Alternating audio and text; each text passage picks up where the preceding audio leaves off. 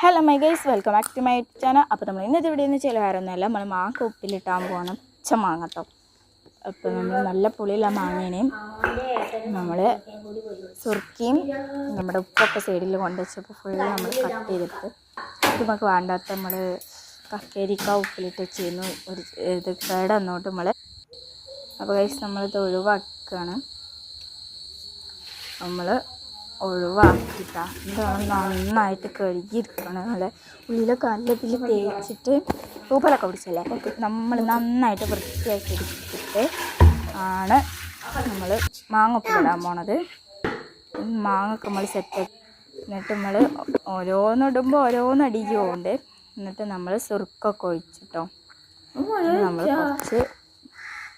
കുറച്ചധികം ഉപ്പ് ഇട്ട് കൊടുക്കുന്നുണ്ട് കേട്ടോ.